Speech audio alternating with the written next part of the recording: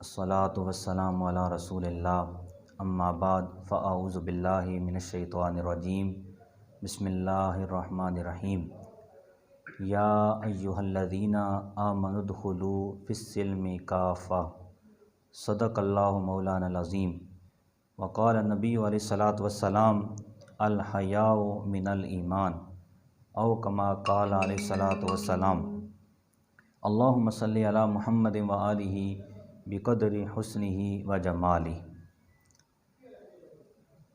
بزرگوں، دوستوں، نوجوان ساتھیوں، آج کی یہ نشست ایک پھیلتی ہوئی معاشرتی برائی سے متعلق ہے۔ اللہ تبارک تعالیٰ نے ارشاد فرمایا یا ایھا الذین آمنوا، اے ایمان والو، ادخلوا فی السلم کافۃ، پورے کے پورے اسلام میں داخل ہو جاؤ۔ سرکار دو عالم علیہ الصلاۃ والسلام نے ارشاد فرمایا من تشبہ بقوم فہو منہم، جس نے کسی قوم کی مشابہت اختیار کی وہ انہی میں سے ہوگا۔ برادران کرام، آج بہت سے ایسے معاشرتی برائیوں کے احوال ہیں جو ہماری تہذیب میں نہیں۔ انگریز، یہودی اور نصرانی تہذیب کے کچھ ایسے لوازمات ہم نے اپنے اندر شامل کر لیے ہیں جس کا دور تک ہمارے مذہب کے ساتھ تعلق نہیں۔ مثال کے طور پہ یہ فروری کا مہینہ ہے، 14 فروری کو ویلنٹائن ڈے منایا جاتا ہے، جس کا تعلق یہود سے ہے، مسلم امہ سے نہیں۔ بہار کے موسم میں بسنت منائی جاتی ہے، جس کا تعلق ہندو معاشرے سے ہے، مسلم معاشرے سے نہیں۔ 4 اپریل پھول دن منایا جاتا ہے، 1 اپریل یہ پھول دن منایا جاتا ہے۔ یہ انگریز تہذیب ہے، یہ ہماری تہذیب نہیں۔ تو آج کا ہمارا مسلمان جوان یہود و نصارہ کی تقلید کی طرف بڑھ رہا ہے، جبکہ اللہ تبارک تعالیٰ تو فرما رہا ہے لقد کان لکم فی رسول اللہ اسوۃ حسنہ، کہ تمہارے لیے تو رسول اللہ صلی اللہ تعالیٰ علیہ وسلم کی زندگی بہترین نمونہ ہے۔ تو ہم نے اپنے نبی کی سیرت، اپنے نبی کا اسوہ اور اپنے نبی کی صورت چھوڑ کر یہود و نصارہ کی صورت، ان کی تہذیب اور ان کے رسم و رواج اپنا لیے۔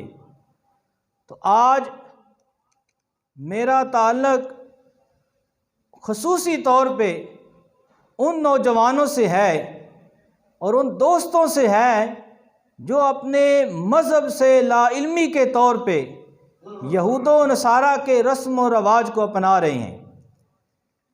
تو آج میں خصوصی طور پہ اس بات کی نشاندہی کر رہا ہوں کہ ویلنٹائن ڈے یہ یہود و نصارہ کی خراج ہے، ان کا وضع کرتا ہے۔ اس کا مختصر تعارف کیا ہے کہ یہ 14 فروری کو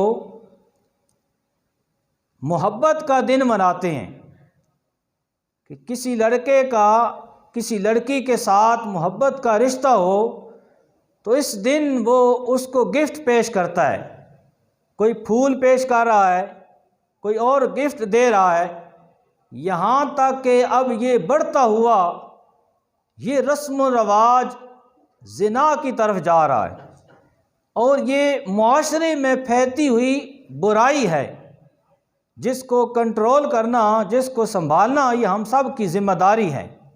سرکار دو عالم علیہ الصلوۃ والسلام نے فرمایا کلکم راعٍ وَكُلُّكُمْ مَسْئُولٌ عَنْ رَعِيَّتِهِ کہ تم میں سے ہر ایک نگہبان ہے اور تم سے اپنی رعایا کے بارے میں پوچھا جائے گا۔ تو ہماری حکومت، ہمارے حکمران وہ تو کسی برائی کو روک ہی نہیں رہے، اصل ان کا فریضہ ہے، لیکن وہ ذمہ داری پوری نہیں کر رہے۔ تو اب یہ ہماری ذمہ داری بنتی ہے گھر کے سربراہ کی کہ اپنی اولاد کو کنٹرول کرے اور اس جیسی خرافات سے بچائے۔ یہ باپ کی ذمہ داری ہے کہ وہ اپنی بیٹیوں اور اپنے بیٹوں کو حیا کی چادر کے نیچے رکھے۔ تو برادران اسلام، یہ جو محبت کا پاکیزہ لفظ تھا، اس کو گندگی کے ڈھیر پر ڈال دیا گیا۔ محبت تو یہ تھی کہ اللہ تبارک و تعالیٰ کے ساتھ محبت کی جائے۔ والذین آمنوا اشد حبا للہ، ایمان والے تو وہ ہیں جو ٹوٹ کر اپنے رب سے محبت کرتے ہیں۔ اور حضور نے فرمایا لا یؤمن احدکم حتی اکون احب الیہ من والدہ وولدہ والناس اجمعین، تم میں سے اس وقت تک کوئی بھی مومن نہیں ہو سکتا جب تک کہ وہ اپنی جان مال اولاد سے بڑھ کر حضور سے محبت نہ کرے۔ محبت کے لائق تو وہ بوڑھے ماں باپ ہیں جنہوں نے اپنے جوانی کی طاقت اور اپنی زندگی کا سرمایہ اپنی اولاد پہ لگا کے ان کو علم کی روشنی عطا کی، ان کو جوانی کی دہلیز پر پہنچایا، ان کی ہر طرح کی سہولیات ان کو دیں۔ تو محبت کے قابل تو وہ ماں باپ ہیں، ان سے محبت کی جائے۔ محبت کے قابل تو بہن ہے کہ اس کو بیٹی کا پیار بھی دیا جائے۔ محبت کے قابل تو وہ دینی رشتہ ہے کہ جس محبت کی بنیاد پر کل اللہ تبارک و تعالیٰ اس دینی محبت کے ناطے پہ ایک دیندار کے ساتھ دنیا دار کو اس دینی محبت کے رشتے کی وجہ سے دیندار کے ساتھ ملا کر جنت میں داخل کر دے گا۔ تو برادران اسلام، میں صرف مختصراً چند حدیث مبارکہ کا حوالہ اور ایک دو واقعات آپ کے سامنے پیش کر رہا ہوں۔ ایک آدمی تھا جس کا نام نسو تھا، بنی اسرائیل میں۔ اس کا جو حلیہ تھا وہ عورتوں جیسا تھا، اس کے چہرے پہ بال نہیں تھے، جسم پہ بال نہیں تھے، خوبصورت تھا، نرم و نازک تھا، آواز بھی اس کی عورتوں جیسی تھی۔ اس نے اپنے اس اللہ کے بنائے ہوئے جسم سے فائدہ اٹھاتے ہوئے اس نے عورتوں کے حمام میں عورتوں کا مساج کرنا شروع کر دیا۔ تو پہلے زمانے میں حمام ہوتے تھے، مردوں کے الگ عورتوں کے الگ، تو اس نے حمام بنا لیا۔ وہ عورتوں کا مساج کرتا، ان کا میل کچیل اتارتا اور اپنی خواہش نفس بھی پوری کرتا، کیونکہ وہ فطری طور پہ مرد تھا لیکن اس کا ظاہری حلیہ عورتوں جیسا تھا۔ تو جب وہ اس اپنے کاروبار میں پڑا تو بار بار اس کو ضمیر جھنجھوڑتا کہ تو یہ حرام کی کمائی کما رہا ہے اور یہ حرام کام کر رہا ہے۔ توبہ کرتا پھر توڑ دیتا، توبہ کرتا پھر توڑ دیتا، ارادہ کرتا رہتا۔ ایک دن ہوا ایسے کہ بادشاہ کی بیٹی شہزادی اس حمام میں آئی، اس نے اس سے مساج کرایا، اس کا ہیرا وہاں گم ہو گیا۔ اب اس نے کنیزوں کو کہا کہ میرا ہیرا تلاش کرو، تو انہوں نے بڑا تلاش کیا، ہیرا نہ ملا۔ آخر میں اس نے آواز دی کہ نسو کی تلاشی لو، تو سب کی تلاشی لی جانے والی تھی۔ نسو چھپا ہوا تھا کہ کہیں تلاشی کے دوران میرا راز فاش نہ ہو جائے کہ میں مرد ہوں۔ جب اس نے یہ آواز سنی کہ نسو کی تلاشی لی جائے، تو وہ چھپا ہوا تھا، اس نے اپنے دل کی تار اپنے رب کی طرف کی اور دل ہی دل میں اس نے اپنے رب سے دعا کی کہ پروردگار، آج اگر میرا پردہ فاش نہ ہو، آج اگر میرا راز فاش نہ ہو تو میں آئندہ کے لیے یہ گناہ ختم کر دوں گا، یہ کاروبار اور یہ کام ختم کر دوں گا۔ آج مولا میری راج رکھ دے۔ تو اللہ تبارک و تعالیٰ جب بھی کوئی بندہ سچے دل سے تائب ہو کر اس کی بارگاہ میں اس کو پکارتا ہے تو وہ ضرور اس کی پکار سنتا ہے اور توبہ قبول کرتا ہے۔ جو ہی اس نے یہ اپنے دل میں صدا بلند کی، باہر سے آواز آئی کہ ہیرا مل گیا، نسوح کو چھوڑ دو۔ اب اس کو قدرت کا کرشمہ مل گیا تھا۔ اس کے بعد اس نے حمام میں آنا چھوڑ دیا۔ تو ایک دن شہزادی جب حمام آئی، نسوح نہیں تھا، تو اس نے بلا بھیجا کہ نسوح کو کہو کہ میرا مساج کر جائے۔ نسوح نے پیغام بھیجا کہ میرے ہاتھوں میں درد ہے، میں تمہارا مساج نہیں کر سکتا، تمہیں دبا نہیں سکتا، تیرا میل نہیں اچار سکتا۔ اب اس نے یہ خیال کیا کہ یہاں تو سارے مجھے جانتے ہیں، اگر میں یہاں ہی رہا تو مجھے کسی نہ کسی بہانے وہاں لے جایا جائے گا۔ اس نے وہ شہر چھوڑ دیا، اس شہر سے میلوں دور چلا گیا، ایک پہاڑی پہ جا کے اس نے اپنے رب کی تنہائی میں عبادت شروع کر دی۔ کچھ عرصہ گزرا تو اس نے دیکھا کہ اس کی عبادت گاہ کے قریب ایک بھینس ہے جو لاوارث معلوم ہوتی ہے۔ اس نے سمجھا کہ یہ کسی چرواہے کی گم ہو گئی ہے، چلو میں اس کو سنبھالتا ہوں، چارہ ڈالتا ہوں، اس کی خدمت کرتا ہوں، جب کوئی آیا تو اس کو واپس کر دوں گا۔ تو اس کی وہ خدمت کرنے لگا۔ کچھ دنوں کے بعد ایک قافلہ وہاں سے گزرا جو راستہ بھول چکا تھا۔ اس نے آ کر اپنی شدت پیاس کا اس سے مطالبہ کیا کہ نسوح ہمیں پانی پلاؤ، ہم بہت پیاسے ہیں، یہاں دور دور تک پانی نہیں۔ اس نے اسی بھینس کا دودھ دو کر اس قافلے والوں کو پیش کیا، وہ سیراب ہو گئے۔ پھر انہوں نے کہا کہ اب ہمیں شہر کا راستہ بتاؤ۔ تو اس نے جو قریب راستہ تھا وہ بتایا کہ یہ راستہ تمہیں قریب سے قریب تر جلدی شہر میں پہنچا دے گا۔ جب اس نے ان کی رہنمائی بھی کی، دودھ بھی پیش کیا، تو قافلے والے خوش ہوئے اس کی خوش اخلاقی سے۔ انہوں نے کچھ اس کو تحائف دیے، کچھ پیسے دیے کہ یہ ہماری طرف سے تم نذرانہ رکھ لو۔ اس نے ان پیسوں کا ایک کنواں کھدوایا کہ یہاں مسافر آتے ہیں پانی پئیں گے۔ تو آہستہ آہستہ اس کی جو نیک نامی اور عبادت گزاری کا شعرہ شہر میں چلا گیا۔ لوگ آہستہ آہستہ اس کے قریب آنا شروع ہو گئے، وہاں آبادی ہونا شروع ہو گئی، اور یہی اس کی باتیں بادشاہ وقت تک پہنچیں۔ تو بادشاہ نے پیغام بھیجا کہ نسوح کو بلاؤ کہ ہمارے دربار میں حاضر ہو، ہم اس سے دعا کرانا چاہتے ہیں۔ جب بادشاہ کا ایلچی آیا تو نسوح نے کہا کہ میرے پاس اتنا وقت نہیں ہے، میرے کام بہت زیادہ ہیں، میں بادشاہ کے پاس نہیں جا سکتا۔ جب بادشاہ کو یہ جواب ملا تو اس نے کہا کہ اس کو تو ملنا چاہیے، یہ تو اللہ لوک معلوم ہوتا ہے۔ تو بادشاہ اس سے ملنے کے ارادے سے خود گھر سے چل پڑا۔ جب وہ نسوح کے علاقے میں داخل ہوا تو پھر اللہ تبارک و تعالی نے حکم دیا، ملک الموت نے بادشاہ کی روح قبض کر لی۔ اب لوگوں نے کہا کہ نسوح تو نیک آدمی ہے۔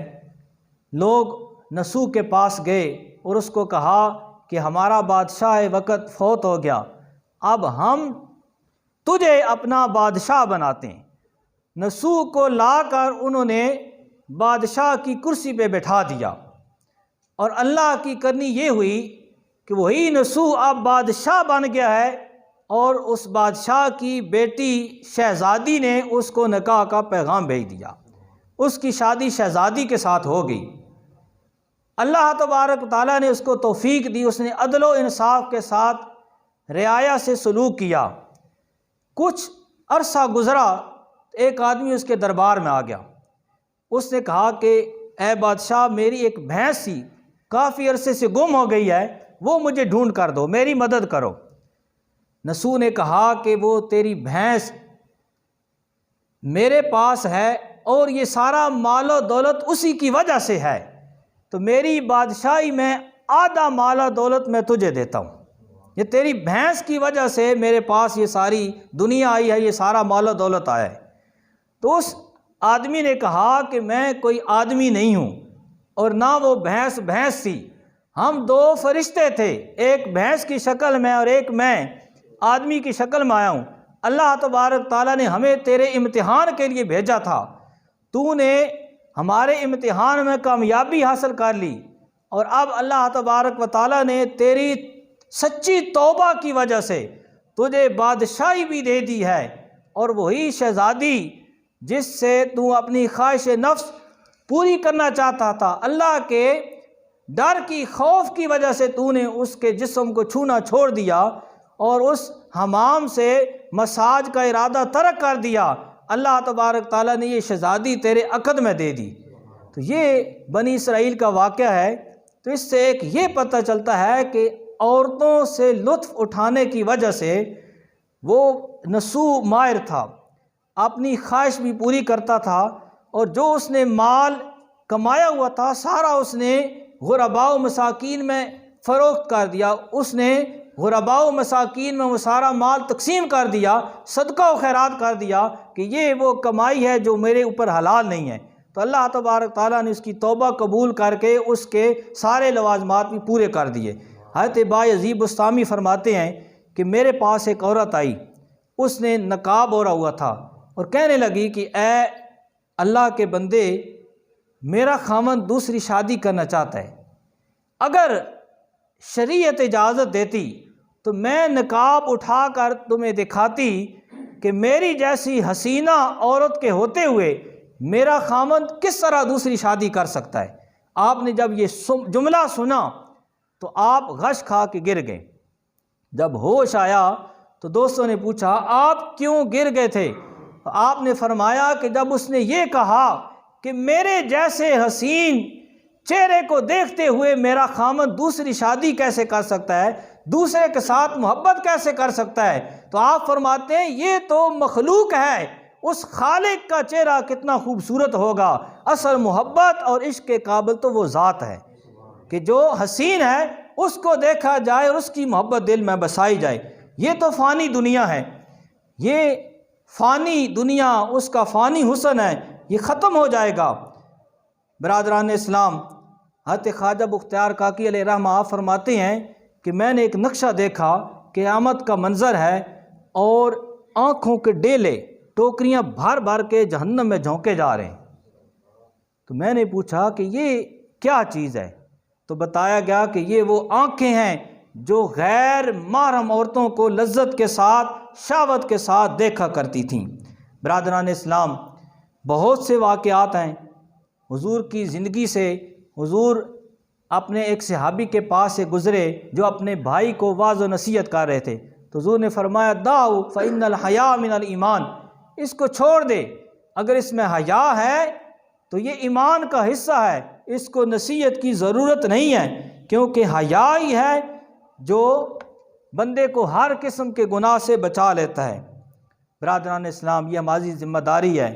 ایک عورت اپنے 7 رشتوں کو جہنم میں لے کر جائے گی، 7 محرم رشتوں کو۔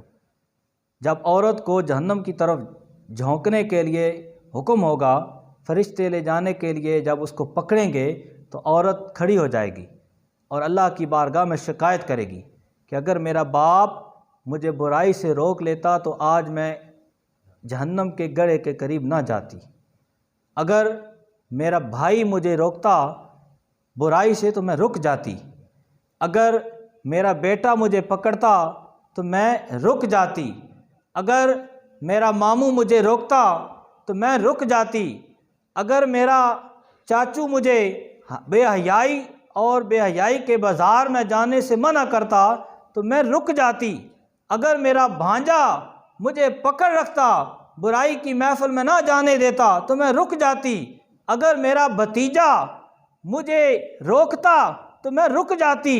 یہ 7 محرم رشتے وہ پکڑ کے اپنے ساتھ جہنم میں لے جائے گی کہ انہوں نے ہمیں نہیں روکا تھا۔ تو حضور نے فرمایا عورتوں کو کنٹرول میں رکھو۔ حضرت عمر بن خطاب فرماتے ہیں کہ عورتوں کو خوبصورت لباس نہ پہناؤ، اگر خوبصورت لباس پہناؤ گے تو وہ باہر جانے کی خواہش کریں گی۔ اور حضور نے فرمایا کہ عورت کا سب سے حسین عمل یہ ہے کہ وہ اپنے گھر کی 4 دیواری میں رہے۔ حضرت اماں فاطمہ فرماتی ہیں کہ عورت کا حسن یہ ہے کہ نہ وہ غیر محرم مرد کو دیکھے اور نہ کوئی غیر محرم مرد اس کو دیکھے۔ یہ عورت کا حسن ہے، سب سے بڑی خوبی ہے۔ تو برادران اسلام، یہ ہماری ذمہ داری ہے کہ خاص طور پہ جب یہ دن آئے تو اس دن میں ہم اپنے گھر والوں کو، جو ہمارے ماتحت ہیں، ہماری اولاد ہے، ان سے موبائل چھین لیں، ان کو باہر نہ نکلنے دیں، ایسی محفل میں نہ جانے دیں جو ان کو برائی کی طرف لے جائے۔ ایک صحابی حضور کی بارگاہ میں آئے کہ یا رسول اللہ، میری عادت ہے، میری خواہش کنٹرول نہیں کرتی، مجھے زنا کی اجازت دیں۔ حضور نے غصہ نہیں کیا، حضور نے اس کے دل کی تار پکڑی، اس کے نفس کی تار، اس کا ضمیر پکڑا۔ آپ نے فرمایا کہ کیا تو یہ پسند کرتا ہے کہ تیری ماں کے ساتھ کوئی زنا کرے؟ یا رسول اللہ نہیں۔ کیا تو پسند کرتا ہے تیری بہن کے ساتھ کوئی زنا کرے؟ یا رسول اللہ نہیں۔ کیا تو پسند کرتا ہے تیری بیٹی کے ساتھ کوئی یہ معاملہ کرے؟ یا رسول اللہ نہیں۔ اس نے اسی وقت توبہ کر لی کہ یا رسول اللہ، میرے دل میں اب یہ برائی جو تھی ختم ہو گئی ہے، میرا دل صاف ہو گیا ہے، آئندہ میں اپنی ماں کی عمر کی عورت کو ماں کا مقام دوں گا، اپنی بیٹی کی عمر کی بچی کو اپنی بیٹی تصور کروں گا، اپنی بہن کی عمر کی عورت کو اپنی بہن کی نظر سے دیکھوں گا۔ تو آج جو کسی کی بہن کو پھول دے گا، جو کسی کی بیٹی کو پھول دے گا، کوئی تحفہ دے گا، محبت کا اظہار کرے گا، تو پھر وہ یہ سوچ لے کما تدین تدان، جیسا کرو گے ویسا بھرو گے، کل اس کی بیٹی، اس کی بہن بھی اس سٹیج پہ آ سکتی ہے۔ تو برادران اسلام، یہ آج ہماری ذمہ داری ہے۔ آج فحاشی اور عریانی اتنی بڑھ گئی ہے کہ ہم اس کو کسی صورت میں بھی اس سے نکل نہیں سکتے۔ حضور نے فرمایا کہ ایسا زمانہ آئے گا کہ صبح بندہ اٹھے گا تو مومن ہوگا، شام تک ایمان خارج ہو چکا ہوگا، شام کو مومن ہوگا تو صبح تک ایمان خارج ہو جائے گا۔ وہی بچیں گے جو اپنی بکریاں لے کر پہاڑوں پہ چڑھ جائیں گے۔ اور حضور نے اس ماحول کی نشاندہی آج سے 1400 سال پہلے کی تھی۔ آپ نے فرمایا کہ سڑکوں کے کناروں پہ اس طرح زنا ہوگا جس طرح جانور جفتی کرتے ہیں۔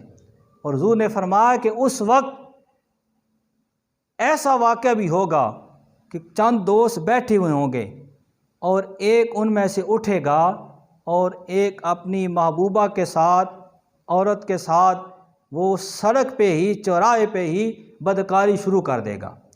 تو اس کو یہ حیا نہیں ہوگا کہ یہ چوراہا ہے، سڑک ہے، یہ میرے دوست بیٹھے ہوئیں گے۔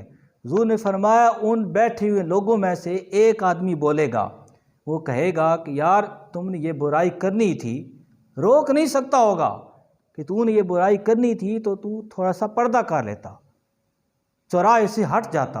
حضور نے فرمایا اس جیسے لوگ جو صرف اتنی بات اس وقت میں کہیں گے، ان کا مقام اس وقت اتنا ہوگا جتنا اب تم میں ابو بکر و عمر کا مقام ہے۔ تو یہ آج ہمارا فریضہ ہے کہ ہم اپنے گھر میں اپنی بیٹیوں، اپنی بہوؤں، اپنی بہنوں اور اپنی خواتین کی حفاظت کریں، ان کو ان کے جو معاملات ہیں ان کی طرف نظر رکھیں۔ تو یہ ایک باپ کی، ایک سربراہ کی ذمہ داری ہے۔ تو برادران اسلام، آج کی یہ نشست صرف اس معاشرتی برائی کی وجہ سے ہم نے وہ آج یہ موضوع رکھا ہے۔ انشاءاللہ جو ہمارا پہلا موضوع تھا وہ کسی اور موقع پہ پھر بیان کیا جائے گا۔ ایک آخری حدیث پاک کا مفہوم سمجھیں، اس کے بعد اجازت لیتے ہیں۔ حضور فرماتے ہیں یہ معراج شریف کا مہینہ رجب شریف آ رہا ہے، آگے یا صبح ہو جائے گا، تو رجب شریف کی 27ویں رات جب حضور معراج کے لیے تشریف لے گئے تو آپ جب جنت میں پہنچے اور دوزخ کا معائنہ کیا، جنت کی سیر کی، دوزخ کا معائنہ کیا، تو حضور نے واپس آ کے بتایا کہ میں نے کچھ لوگ ایسے دیکھے کہ جن کے سامنے حلال اور خوشبودار گوشت تھا، حلال اور خوشبودار کھانے پڑے ہوئے تھے، گوشت تھا، وہ حلال اور خوشبودار غذا کو، کھانے کو چھوڑ کر وہ بدبودار اور گلے سڑے گوشت کی طرف بھاگ رہے تھے، وہ کھا رہے تھے۔ صحابہ نے پوچھا یا رسول اللہ یہ کون لوگ تھے؟ حضور نے فرمایا یہ حلال کو چھوڑ کر حرام کی طرف بھاگتے تھے، وہ شادی شدہ مرد اور عورتیں جو اپنی بیویوں کو چھوڑ کر دوسروں کی طرف رغبت کیا کرتے تھے، یہ ان کا حال ہے، دوزخ میں ان کو اسی طرح حرام ملے گا، حلال نہیں ملے گا۔ تو برادران اسلام، حضور نے اس لیے فرمایا جب تمہارا بیٹا اور بیٹی جوان ہو جائیں، جب بالغ ہو جائیں تو ان کا نکاح کر دو، معاشرے میں برائی نہ پھیلے۔ تو آج نکاح کو رواج دینے کی ضرورت ہے، یہ ماں باپ کی ذمہ داری ہے کہ اپنے بیٹی اور بیٹے کی جو خواہش ہے اس کو مد نظر رکھتے ہوئے وہ ان کو جوانی کی دہلیز پر پہنچتے سار ہی ان کے لیے نکاح کا بندوبست کریں اور ان کی اس شادی میں ان کی مدد کریں، تاکہ یہ جو اللہ تبارک تعالیٰ نے نظام قدرت بنایا ہے، یہ انسان کو جو اس نے پیدا کیا ہے اور اس کی جو اللہ تبارک تعالیٰ نے جو اس کو رشتوں میں پرویا ہے، یہ رشتے اسی طرح خالص رہیں۔ اللہ تبارک تعالیٰ نے ایک مرد اور عورت کو اس لیے جوڑا ہے تاکہ اس سے خاندان بنے، قبیلے بنے، رشتے بنے۔ ایک مرد اور عورت کے ملنے سے ماں باپ کا رشتہ بنتا ہے، بہن کا رشتہ بنتا ہے، بیوی کا رشتہ بنتا ہے، یہی رشتے جا کر نانی اور دادی تک، چاچو اور ماموں پر، اسی طرح بھانجے اور بھتیجے پر۔ تو یہ خالص اللہ کی قدرت ہے اور اس کا یہ فیصلہ ہے، اس کا حکم ہے، ہمیں اس طرف راغب ہونا چاہیے، نہ کہ حرام کی طرف جانا چاہیے۔ تو وہ خواتین، وہ ہماری بیٹیاں اور بہنیں جو اس بے حیائی کی طرف راغب ہیں، تو یہ تھوڑا سا جوانی کا زمانہ ہے، لیکن جب یہ بیت جاتا ہے، جب حسن ختم ہو جاتا ہے تو پھر جو دوست ہوتا ہے وہ چھوڑ دیتا ہے۔ لیکن میاں بیوی کا کیسا رشتہ ہے، جوں جوں عمر بڑھتی رہتی ہے عورت کی، اس کا ادب بڑھتا جاتا ہے، وہ ماں بن جاتی ہے، دادی بن جاتی ہے، نانی بن جاتی ہے، خالہ بن جاتی ہے۔ تو اسلام نے عورت کو یہ مقام دیا ہے کہ جب وہ رشتہ نکاح میں اس کو پرو دیا جائے، منسلک ہو جائے، تو وہ رشتہ نکاح اس کو جوں جوں اس کی عمر بڑھتی جاتی ہے اس کو اتنی اتنی عزتیں دیتا جاتا ہے۔ لیکن اگر یہ غیر کی طرف جائے اور غیر طریقے سے اپنی شہوت پوری کرے تو جوں جوں اس کی عمر بڑھے گی اس کی قدر و منزلت ختم ہوتی جائے گی، ایسے ہی ہوگا کہ اس کو پھر ایک ڈسٹ بن میں پھینک دیا جائے گا۔ تو اللہ تبارک تعالیٰ کی بارگاہ میں یہ دعا ہے کہ اللہ تبارک و تعالیٰ ہمیں حیا پیدا کرنے، اپنے معاشرے میں حیا کو پھیلانے، برائی کو بچانے، برائی کی تشہیر سے بچنے اور اپنی اولاد کی صحیح نہج پر تربیت کرنے کی توفیق دے۔ وما علیہ الا البلاغ۔